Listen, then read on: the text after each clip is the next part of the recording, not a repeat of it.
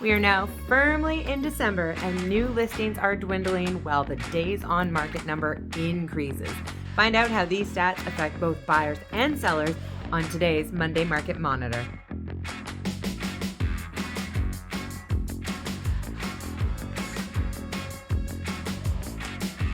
And welcome back to your Monday Market Monitor for the week of December 5th to December 11th, 2022. And as you can imagine, the pace of the market is slowing considerably.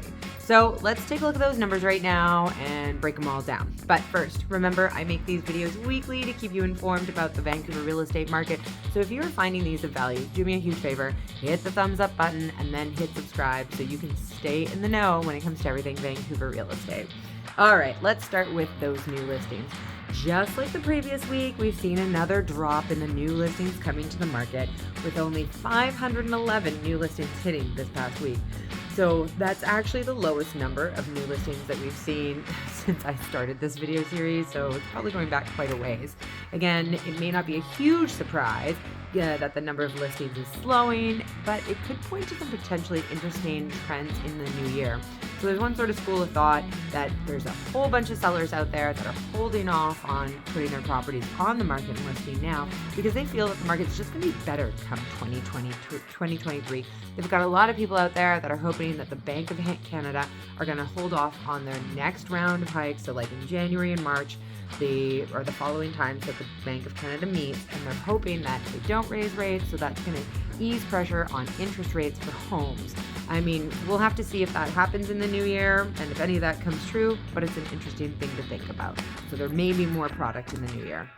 Moving on to the listings that expired or came to the end of their term last week, there were 65 of those, which is the lowest number of expired listings that we've seen in the 23 weeks that I have been doing these videos, but it's just the way it is. As for price changes, there were 207 of them last week. Surprisingly enough, there are some sellers out there who decided that instead of reducing their prices, they'd like to raise them. You would think that they might get the hint when they put their property on the market for a list price, it doesn't sell at that price. I mean, why in God's name would you actually look at raising the price? This is supply and demand 101. People like, you've got a product, it couldn't sell at this price, try a different one. But speaking of sellers, last week we saw 361 properties have a successful home sale.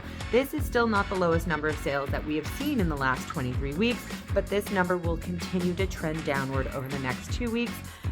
So expect that in my next video, we are going to see some depressed sales numbers again. And it would seem that with the lower sales come higher days on market. Our DOM number crept up from 21 to 26. So properties are sitting on the market a little bit longer. However, even given this, 20.2% of the successful home sales last week were at or above the list price. I'm still astounded that this number keeps holding ground every week. So the market is still frothy in certain places, which means we are seeing multiple offer scenarios for great product that is priced well. All right, time to break down those 361 sales from last week. 57% of them were under the $1 million mark, so that's down a wee bit from the previous week, and it turns out that 72% of the successful home sales were either condos or townhomes. So it appears that many of the things that I've been chatting about throughout my videos remain true. Condos and townhomes are still in high demand despite the moves by the Bank of Canada, and buyers, well, they hold all the power in this market. So there you go.